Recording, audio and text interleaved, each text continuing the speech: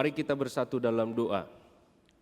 Kasih karunia dari Allah Bapa dan dari anaknya Tuhan Yesus Kristus menyertai kamu sekalian. Amin. Bapak Ibu Saudara-saudari, kabar baik pada hari ini, Kamis 17 Desember 2020, akan dibacakan Inang Lydia Manik Boru Hutagaul. Ayat harian kita hari ini di Minggu Advent ketiga diambil dari Matius 11 ayat 11. Aku berkata kepadamu, sesungguhnya di antara mereka yang dilahirkan oleh perempuan tidak pernah tampil seorang yang lebih besar daripada Yohanes Pembaptis. Namun yang terkecil dalam kerajaan sorga lebih besar daripadanya. Saudara, Bapak Ibu yang terkasih, setelah sekian lama nubuat kedatangan Mesias tidak pernah diperdengarkan lagi, tiba-tiba tampillah Yohanes Pembaptis di padang gurun Yudea dan memberitakan bertobatlah sebab kerajaan Allah sudah dekat. Yohanes, saudara, tampil dengan memakai jubah bulu unta dengan ikat pinggang kulit, lalu makanannya belalang dan madu hutan. Ada banyak orang sambil mengaku dosa, saudara, mendekat kepada Yohanes, lalu mereka dibaptis di sungai Yordan. Orang banyak itu menanti dan berharap dan semuanya bertanya dalam hatinya tentang Yohanes Pembaptis. Kalau-kalau ia adalah Mesias yang dinubuatkan sejak perjanjian lama oleh para nabi.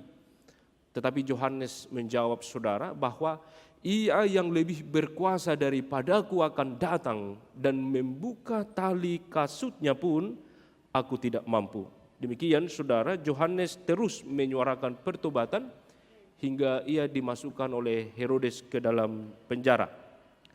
Ketika Yohanes di dalam penjara, murid-murid Yohanes datang dan bertemu langsung dengan Yesus, dan ketika Yesus menceritakan tentang perbuatan pekerjaannya, maka para murid-murid Yohanes pergi ke penjara, lalu mereka memberitakan seluruh pekerjaan Yesus ketika Yesus mampu melakukan berbagai mujizat. Nah, saudara yang terkasih, ketika murid-murid Yohanes itu pergi, maka Yesus berbicara kepada orang banyak bahwa Yohanes adalah utusan Allah yang mendahuluinya, yang telah mempersiapkan jalan baginya. Yohanes tampil sebagai perintis jalan kepada Yesus untuk menyuarakan pertobatan kepada semua orang. Saudara, Yohanes juga adalah anak Tuhan yang telah menunaikan tugas yang sangat mulia. Ia menyuarakan pertobatan kepada semua orang. Dan Yesus menyampaikan itu kepada semua orang ketika itu, bahwa Yohanes adalah seorang yang tampil lebih besar. Saudaraku yang terkasih, mari kita menghargai pekerjaan orang lain. Itu yang menjadi poin pertama dalam nas ini. Dan Yesus telah melakukannya, bahwa Yesus sendiri menghormati Yohanes sebagai seorang yang terbesar.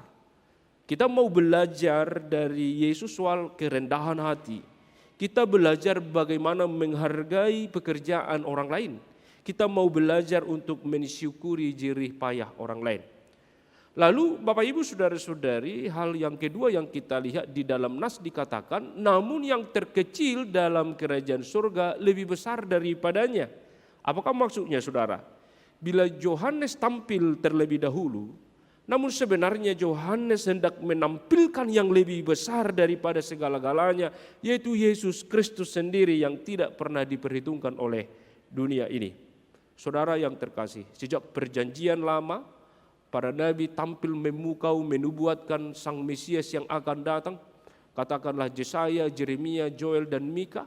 Sampai kepada perjanjian baru, ketika Yohanes tampil menyuarakan kedatangan sang Mesias itu, bila orang banyak melihat bahwa para nabi adalah orang-orang besar, sama seperti Yohanes juga yang juga dikatakan besar, maka Yesus di dalam nas kita ini ikut menghormati seorang Yohanes dengan berkata, sesungguhnya di antara mereka yang dilahirkan oleh perempuan yang tidak pernah tampil seorang yang lebih besar daripada Yohanes Pembaptis. Saudara, Yesus hadir sebenarnya jauh lebih besar, jauh lebih hebat, jauh daripada Yohanes dan para nabi-nabi yang terdahulu. Itu sebabnya kita ingin melihat bahwa Yesus yang patut dipuji, yang patut disembah, dan yang kita muliakan sepanjang hidup kita. Sebab Yesus anak Allah rela menjadi miskin, menjadi manusia, supaya kita yang miskin menjadi kaya, dan kita beroleh keselamatan. Sungguh yang terkecil di dalam kerajaan surga itu Bapak Ibu adalah jauh lebih besar dari siapapun yang ada sebelumnya. Itulah yang kita nantikan pada masa Advent ini. Oleh karena itu Bapak Ibu dan saudara-saudari, marilah kita mempersiapkan hati dan pikiran kita menyambut Kristus yang lebih besar. Bila yang kita nantikan adalah lebih besar dari segala hal, maka kita akan beroleh hal-hal yang besar juga yang tidak dapat ditawarkan oleh dunia ini. Hal yang besar yang akan kita peroleh dari Kristus yang terbesar itu, saudaraku, adalah kehidupan yang kekal. Oleh karena itu, mari Bapak Ibu optimis, mari bangkit saudaraku, mari terus semangat, jangan takut dan bimbang, hiduplah dalam kasih setia Tuhan, sebab upah besar akan kita terima. Amin. Kita berdoa.